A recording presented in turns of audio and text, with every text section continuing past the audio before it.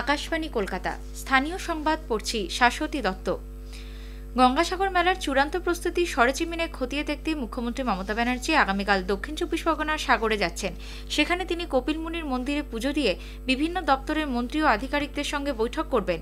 নিরাপত্তা সহ সার্বিক পরিস্থিতি তিনি খতিয়ে দেখবেন বলে নবান্ন সূত্রে জানা গেছে। মুখ্যমন্ত্রী গঙ্গাসাগর সফরের আগে রাজ্যের 3 মন্ত্রী গতকাল কচুবেড়িয়া ও গঙ্গাসাগরের সমুদ্র তট ঘুরে দেখেন। উল্লেখ্য, আগামীকাল থেকে চলতি বছরের গঙ্গাসাগর মেলা শুরু হচ্ছে। এরপর মঙ্গলবার জয়নগরে দলীয় কর্মী সম্মেলনে অংশ নেবেন মুখ্যমন্ত্রী। শিক্ষা ও কাজের দাবিতে এবং বিভিন্ন ক্ষেত্রে দুর্নীতির বিরুদ্ধে সুবিচার চাইতে বামপন্থী যুব সংগঠন ডিওয়াইএফআই এর ব্রিগেড সমাবেশ ইতিমধ্যে শুরু হয়েছে। শহরের 7 জায়গা থেকে আসা মিছিল ব্রিগেড ভরাতে শুরু করেছে। ব্রিগেডে আজ ডিওয়াইএফআই এর রাজ্য সম্পাদক মীনাক্ষী মুখার্জি, সিপিআইএম এর রাজ্য সম্পাদক মোহাম্মদ সেলিম প্রমুখ বক্তৃতা দেবেন। ডিওয়াইএফআই এর প্রতিষ্ঠাতা সম্পাদক এবং রাজ্যের প্রাক্তন মুখ্যমন্ত্রী বুদ্ধদেব ভট্টাচার্যের সঙ্গে দেখা করতে গতরাতে তার বাসভবনে যান বাম যুব নেতৃত্ব। সভার সাফল্য কামনা করে বার্তা পাঠিয়েছেন তিনি। তার বার্তা আজকে সভায় পাঠ করা হবে বলেও জানা গেছে। বিজেপি সন্দেশখালীর ঘটনায় রাজ্যপালের হস্তক্ষেপ চেয়েছে। দলের রাজ্য সভাপতি সুকান্ত মজুমদার আজ কলকাতায় রাজ্যপালের সঙ্গে দেখা করে লিখিতভাবে এই দাবি জানান। মুখ্যমন্ত্রী মমতা ব্যানার্জি নিজের রাজনৈতিক স্বার্থে দেশের সার্বভৌমত্বকে চ্যালেঞ্জের সামনে দাঁড় করিয়েছেন বলে তার অভিযোগ। এদিকে সন্দেশখালী কাণ্ডে অভিযুক্ত শাহজাহান শেখকে অবিলম্বে গ্রেপ্তার করতে রাজ্য পুলিশের ডিজিকে নির্দেশ দিয়েছেন রাজ্যপাল সিভি আনন্দ বোস। তাকে গ্রেপ্তার করে রিপোর্ট রাজভবনে পাঠানোর নির্দেশ দেন তিনি। অন্যদিকে শাহজাহান শেখ বাংলাদেশে পালিয়ে গেছে এবং কেন্দ্রীয় বাহিনী তাকে সহায়তা করছে বলে তার পরিবারের তরফে অভিযোগ করা হয়েছে। সে বিষয়ে এক প্রশ্নের উত্তরে বিজেপির রাজ্য সভাপতি সুকান্ত মজুমদার বলেন, এই অভিযোগের তদন্ত হওয়া উচিত। শাহজাহানের পরিবার যদি এই কথা বলে থাকে তারও তদন্ত হওয়া উচিত, আমাদের কোনো অসুবিধা নেই। তবে কেন্দ্রীয় সরকারের কোনো বাহিনী হেল্প করেছে নাকি রাজ্যের পুলিশ হেল্প করেছে সেইটা দেখা দরকার। তবে এটা ঠিক, শাহজাহানের যা গুণকীর্তন শুনতে পাচ্ছি তার পরিবারের কথা তো বিশ্বাস করার মতো এমন কিছু নেই। যুধিষ্ঠিরের বংশধর না, এটুকু বোঝা যায়। স্বাভাবিকভাবে তার কথাবার্তা তদন্ত করেই বিশ্বাস করা উচিত। রাজ্যে কয়েক হাজার কোটি টাকা অঙ্কের রেশন দুর্নীতি হয়েছে বলে আদালতে জানিয়েছে এনফোর্সমেন্ট নির্দেশালয় ইডি। ব্যাংশাল আদালত চত্বরে বিচার ভবনে গতকাল বনগাঁ পুরসভার প্রাক্তন চেয়ারম্যান শঙ্কর আঢ্যকে পেশ করা হয়। ইডির কৌঁসুলি দাবি করেছেন, রেশন দুর্নীতির পরিমাণ বেশ কয়েক হাজার কোটি টাকা। এর মধ্যে 2000 কোটি টাকা দুবাইয়ে পাচার করা হয়েছে।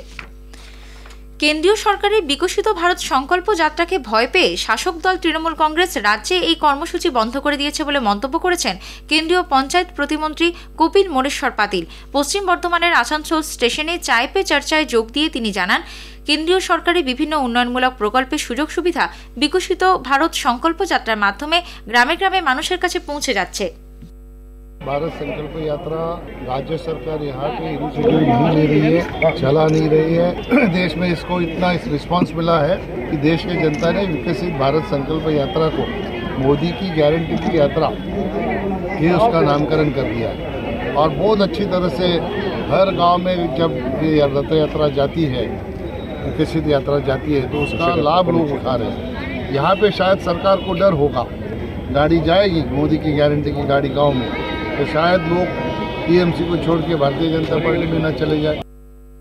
শ্রী পাতিলের সঙ্গে আজ উপস্থিত ছিলেন আসানসোল দক্ষিণের বিধায়ক অগ্নিমিত্রা পাল, প্রাক্তন মেয়র বিজেপি নেতা জিতেন্দ্র তিওয়ারি সহ দলের অন্যান্য নেতাকর্মীরা। পূর্ব বর্ধমানের আউশ গ্রামের ভুঁয়েরা গ্রামে চাষের জমি থেকে বোমা উদ্ধারের ঘটনায় চাঞ্চল্য ছড়িয়েছে। মাটির নিচে প্লাস্টিকের জারের ভিতর বোমাগুলি রাখা ছিল বলে খবর। গতকাল বিকেলে এলাকার বাসিন্দারা মাটি কাটতে গিয়ে জারটি দেখতে পান। পুলিশ জায়গাটি ঘিরে রেখেছে। খবর দেওয়া হয়েছে বম্ব স্কোয়াডকে। উত্তর চব্বিশ পরগনার বারাসাত সরকারি মেডিকেল কলেজে নবাগত ছাত্রছাত্রীদের হেনস্থার অভিযোগ উঠেছে বহিরাগতদের বিরুদ্ধে। মেডিকেল কলেজে 2য় বর্ষের এক ছাত্র গতকাল কলেজের ক্যান্টিনে ল্যাপটপে কাজ করার সময় এক ব্যক্তি তাকে মারধর করেন। বহিরাগত ওই ব্যক্তি কলেজ ক্যান্টিনের দায়িত্বে থাকা মহিলার স্বামী বলে জানা গেছে। এই ঘটনায় কলেজের 1ম এবং 2য় বর্ষের ছাত্রছাত্রীরা রাতেই বয়েজ হোস্টেলের সামনে বিক্ষোভ দেখান এবং অভিযুক্তের উপযুক্ত শাস্তির দাবি জানান। অভিযুক্তের গ্রেপ্তার না করা হলে আগামীকাল থেকে তাঁরা বৃহত্তর আন্দোলনের পথে হাঁটবেন বলে হুঁশিয়ারি দিয়েছেন।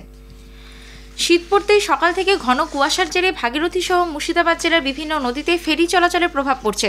বহরমপুর ও লালবাগে ভাগীরথীতে ঘন কুয়াশার কারণে 2 ফুট দূরত্বেও দৃশ্যমানতা হারাচ্ছে। গত 2 দিন ধরে একই সমস্যায় পড়ছেন মাঝিরা। কুয়াশার দাপটে সকালের দিকে বন্ধ থাকছে নৌকা চলাচল। অধিকাংশ ফেরিঘাটে সকাল 8টার পর ফেরি চলাচল শুরু হচ্ছে। স্বাভাবিকভাবেই সমস্যায় পড়ছেন নিত্যযাত্রীরা। স্থানীয় সংবাদ শেষ হলো।